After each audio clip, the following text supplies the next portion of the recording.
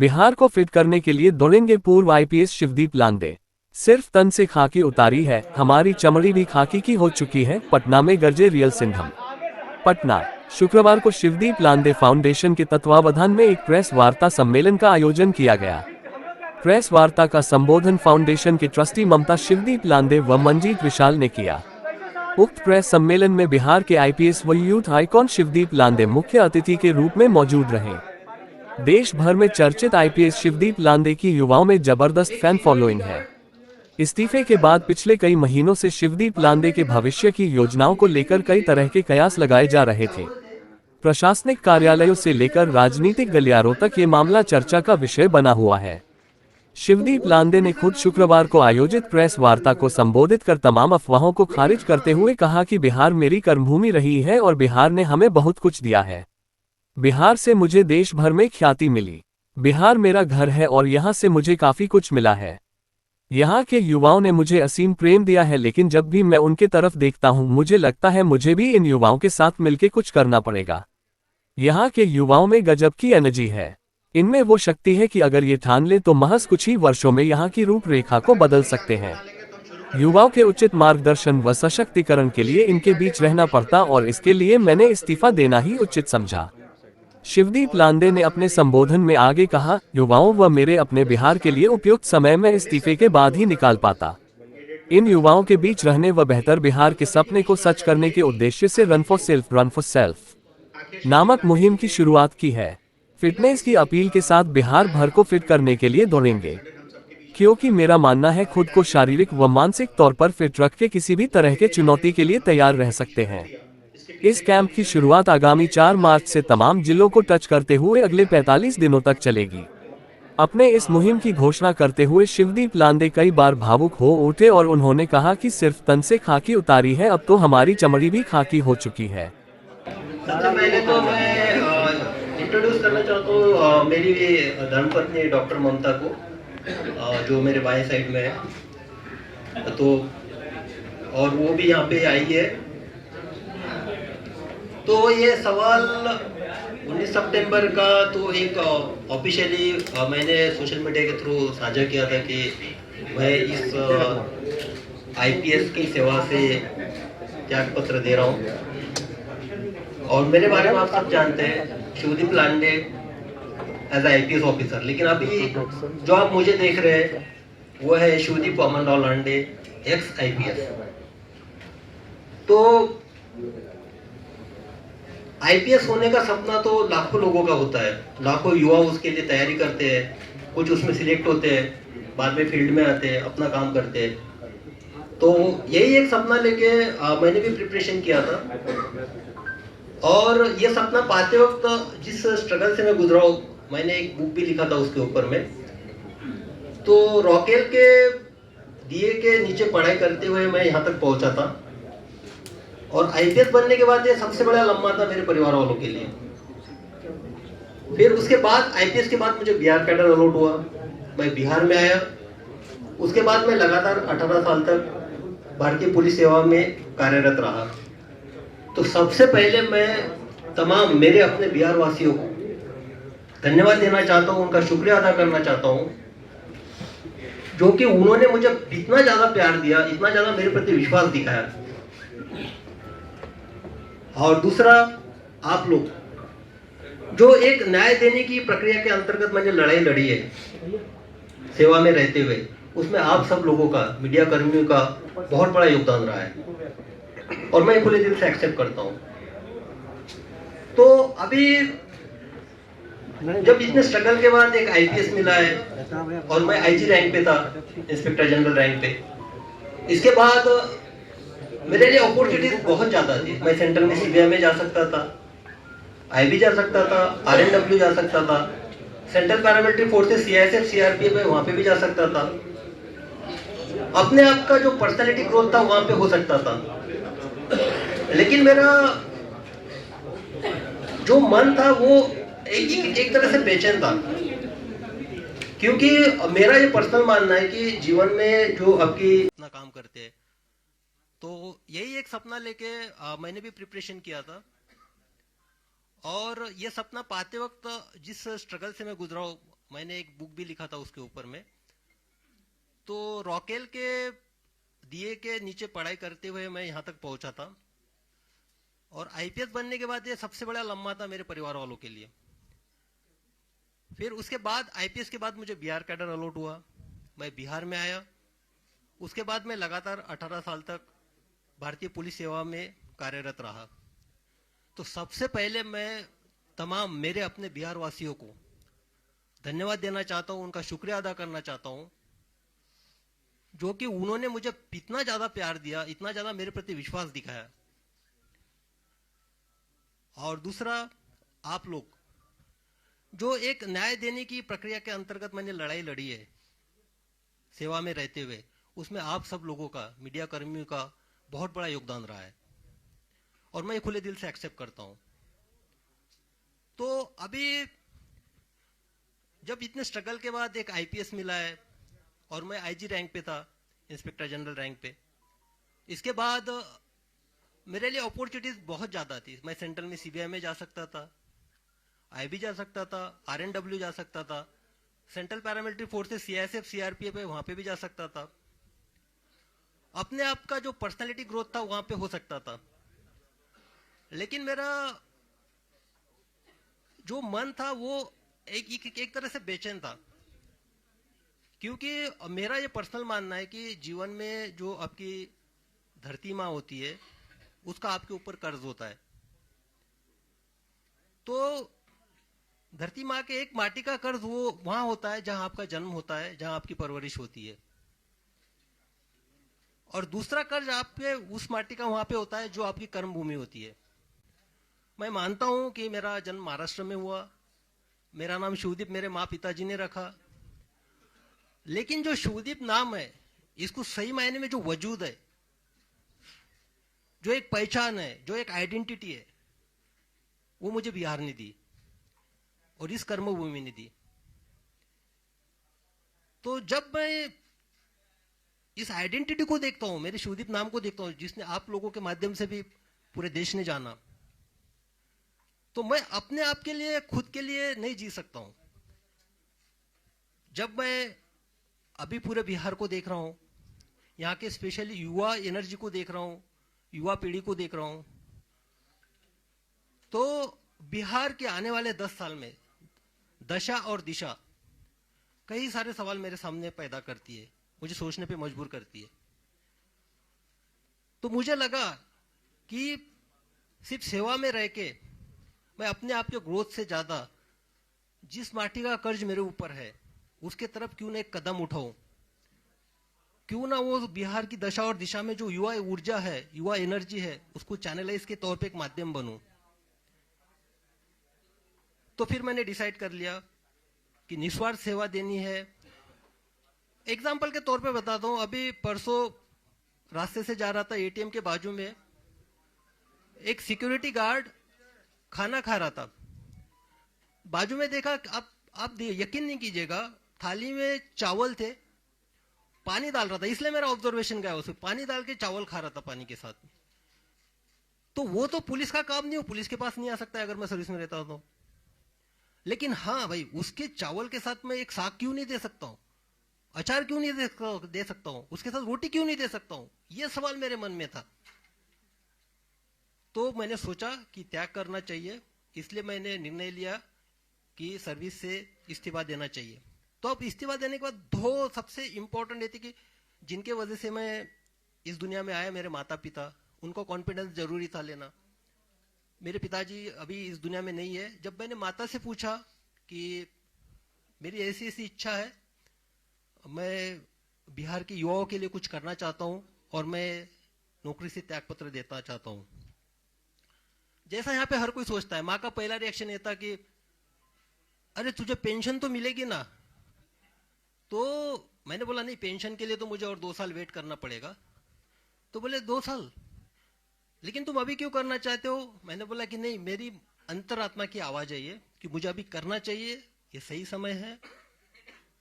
और दूसरी जो जिम्मेदारी, उसने फिर बोला कि नहीं, आप किसी का दुख दर्द बांटने के लिए जा रहे हो, जिसने तुमको पहचान दी वहां आप कीजिए। दूसरा जो रिस्पॉन्सिबिलिटी था जो मेरे वजह से मेरे लाइफ में है, एक तो मेरी पत्नी डॉक्टर ममता और मेरी बेटी वहां पे आ रहा जो बैठी हुए, तो इनकी जिम्मेदारी भी एक होती है, तो इससे भी मैं भाग नहीं सकता था।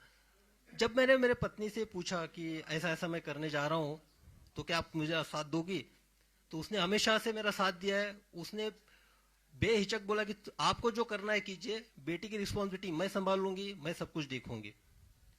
तो जब मुझे दोनों साइड से क्लियरेंस मिल गया, मैंने रिजाइन कर दिया और यहाँ पे मैं आपके सामने आज एक आईपीएस के तौर पे बैठा हूं, आपसे बात कर रहा हूं।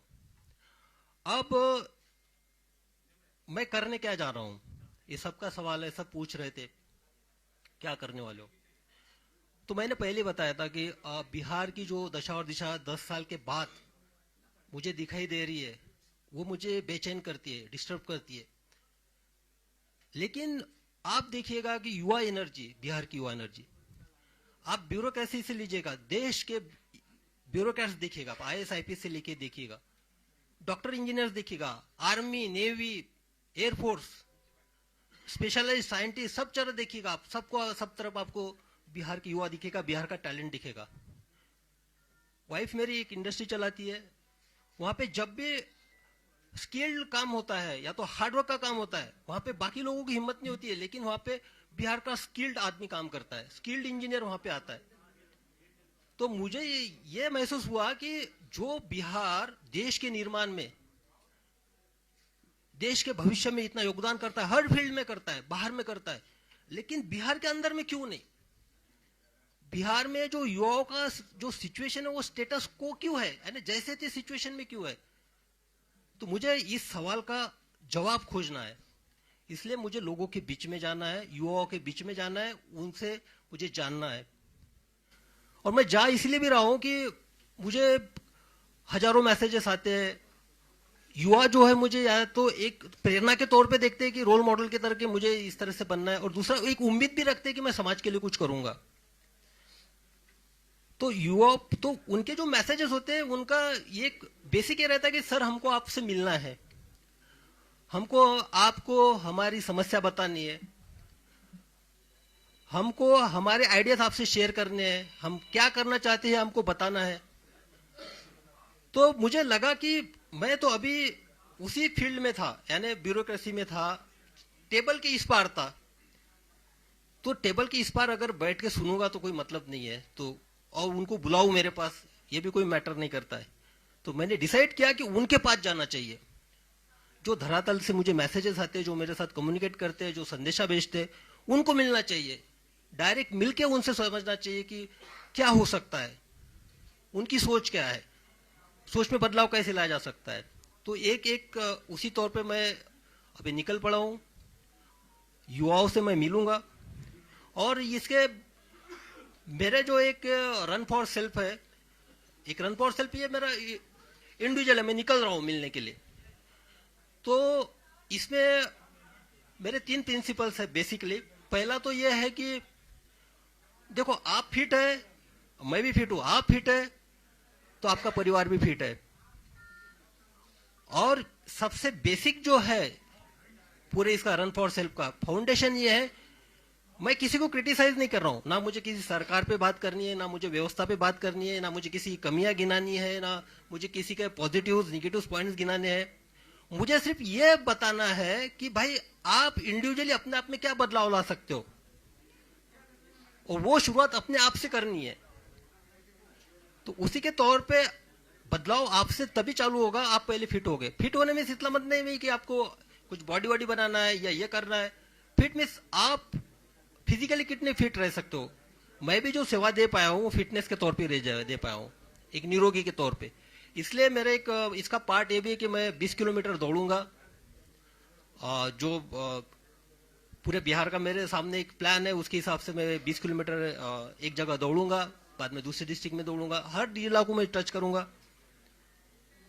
और उसके साथ दूसरा जो है, आप मेंटली फिट भी होना चाहिए, साइकोलॉजिकली फिटनेस चाहिए। यहाँ पे वो जो स्टेटस को की मैं बात कर रहा हूं, जैसे थी सिचुएशंस की, तो भाई मैंने देखा है, आप लोगों में एनर्जी देखी है। मैं जब पटना से ट्रांसफर हो गया था मेरा, why Patna is crying for this cop, एक आर्टिकल छपा था नेशनल लेवल पे टाइम्स ऑफ इंडिया में, हाहाकार मच गया था, लोग रो रहे थे ट्रांसफर के बाद। और वो लोग कौन थे? वो लड़के थे, स्टूडेंट थे, जो 14 दिन तक 4 या 5 डिग्री सेंटीग्रेड में अपना अनशन पे बैठे थे 9 दिन तक। तो क्या था, उनका मैंने पासपोर्ट बनाया था या किसी को मैंने केस से निकाला था, उनके लिए मैंने क्या किया था। लेकिन वो मेरे लिए सामने आए थे, उन्होंने एक अपना एक रेजिस्टेंस दिखाया था कि ट्रांसफर के प्रति। उनके जो आंसू है वो आंसू मेरी जिम्मेदारी और बढ़ाते हैं। देखो, आपका कोई खून का नहीं है, आपका कोई रिश्तेदार नहीं है, आपका कोई सगा सोरा नहीं है, और आपके लिए रो रहा है, तो जिम्मेदारी और आप पे बढ़ती है। और उसके बाद तो मुझे ये जानना है कि जो एक डेडिकेशन है, एक साहस है, जो मुझ में मैं युवाओं में भी देखना चाहता हूं, इसलिए उनको साइकोलॉजिकली भी फिट देखना चाहता हूं। तीसरा सबसे इंपॉर्टेंट जो एस्पेक्ट है मेरा, वो है अवेयरनेस का। मैं युवाओं के बीच में जाऊंगा, युवाओं को मेरी अपील है, देखिए, ये अगर 10 साल हम अपने आप में बदलाव नहीं लाएंगे तो आगे वाली 10 पीढ़ियां हमको माफ नहीं करेंगी। शायद आपको माफ कर देंगे, लेकिन मैं जिस इंटेंशन से निकला हूं, मुझे लगता है कि मैं तो पाप कर रहा हूं फिर, अगर मैं कुछ नहीं कर पाया तो।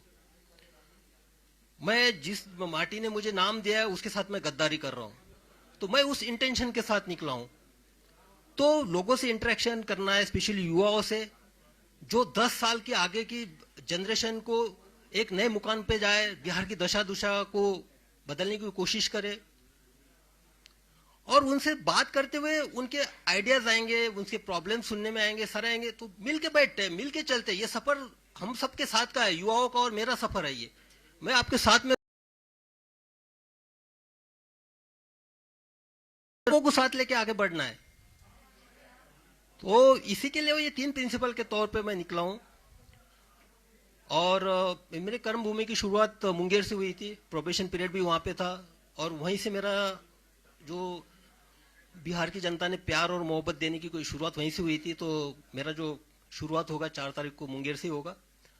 मैं कुछ नहीं करने वाला हूं, मैं सिर्फ लोगों से मिलना हूं, उन सुनने जा रहा हूं, बस उनके पल्स देखना चाहता हूं, क्या कहते हैं, क्या है उनकी एक्सपेक्टेशन है, क्या करना चाहिए, क्या होगा कि ये जो दशा और दिशा बदल जाए, क्या होगा कि जो हम भारत निर्माण में, बाहर के सब स्टेट के निर्माण में इतना आगे है, लेकिन यहाँ पे क्यों नहीं है।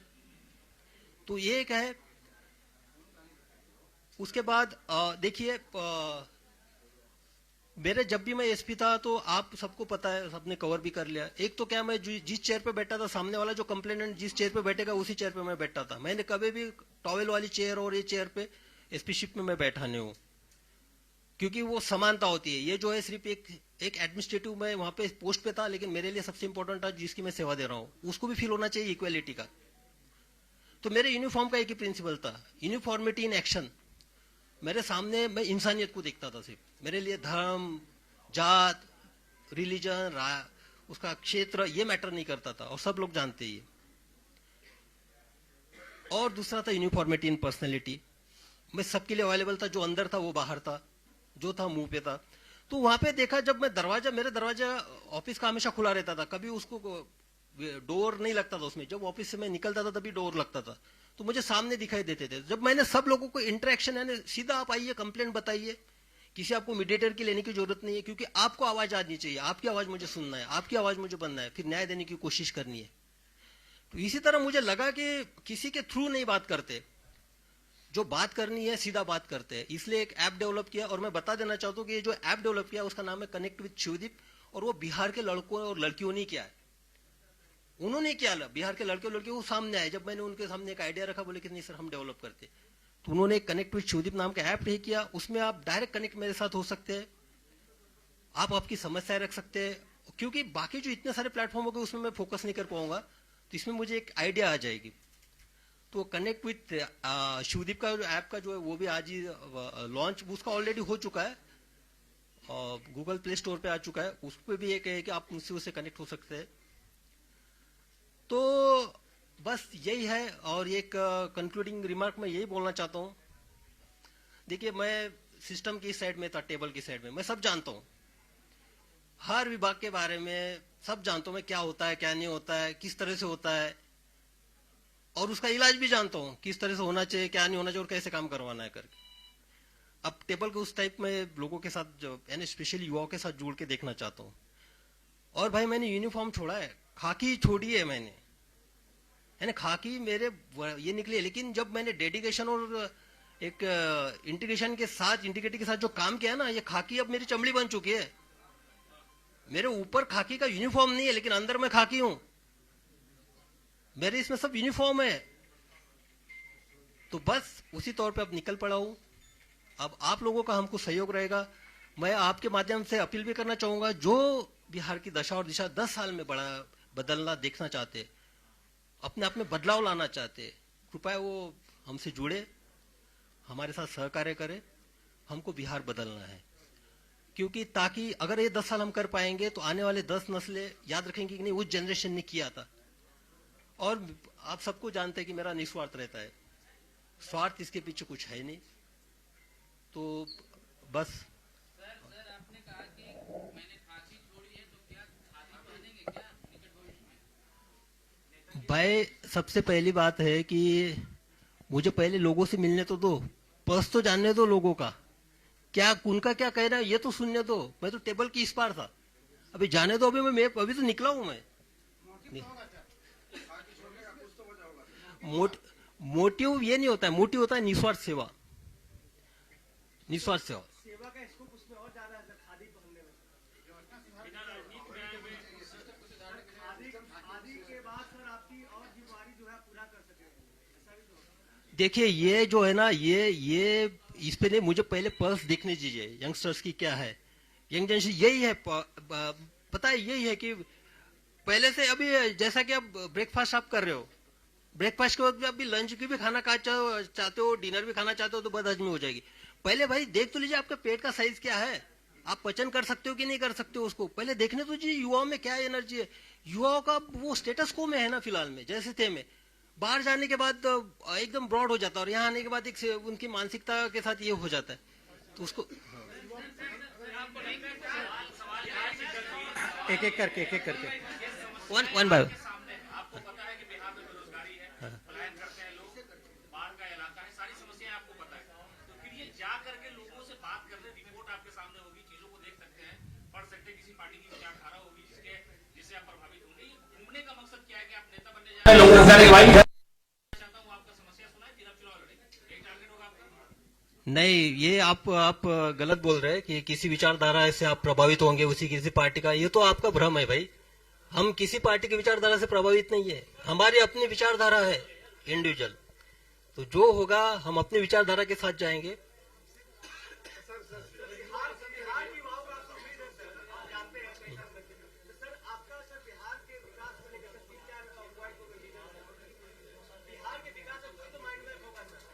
बिहार के विकास का अभी पहले मुझे मिलने तो दो लोगों से, तो अब इसीलिए तो मैं निकल पड़ा हूँ। मेरे माइंड में क्लियर है, एक साइड तो मैं जानता हूँ, टेबल की इस साइड में जाता हूँ, वो मुझे पता है। आप हेल्थ सेक्टर लीजिए, एजुकेशन सेक्टर लीजिए, उसके बारे में मुझे पता है कुछ भी।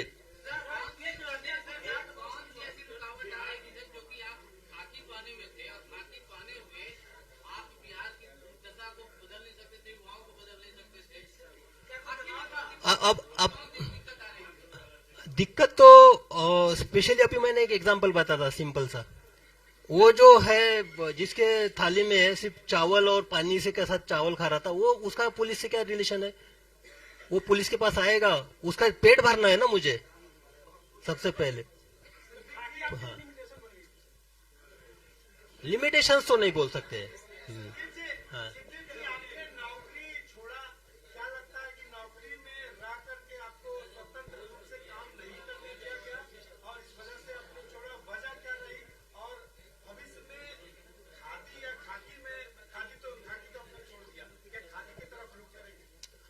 मैं पहले क्लियर चुका हूं, एक माटी का कर्ज उतारने के, इसमें एक मेरा पहला कदम है। और मैंने खाकी छोड़ी है, मेरी चमड़ी खाकी की है, मैं खाकी रहूंगा, मेरा जो फंक्शनिंग होगा वो खाकी का ही होगा, एक्शन भी मेरा खाकी का ही होगा। ये जरूरी नहीं, मेरे कर्तव्य जो है खाकी में जो मुझे कर्तव्य सिखाए वही मेरे कर्तव्य होंगे।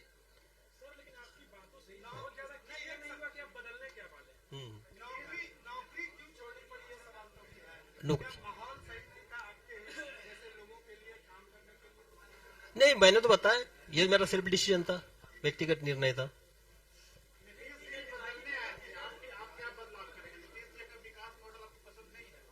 अरे भाई पहले हमको लोगों में जाने तो दीजिए, यंगस्टर्स में मुझे जाने दीजिए, यंगस्टर्स में।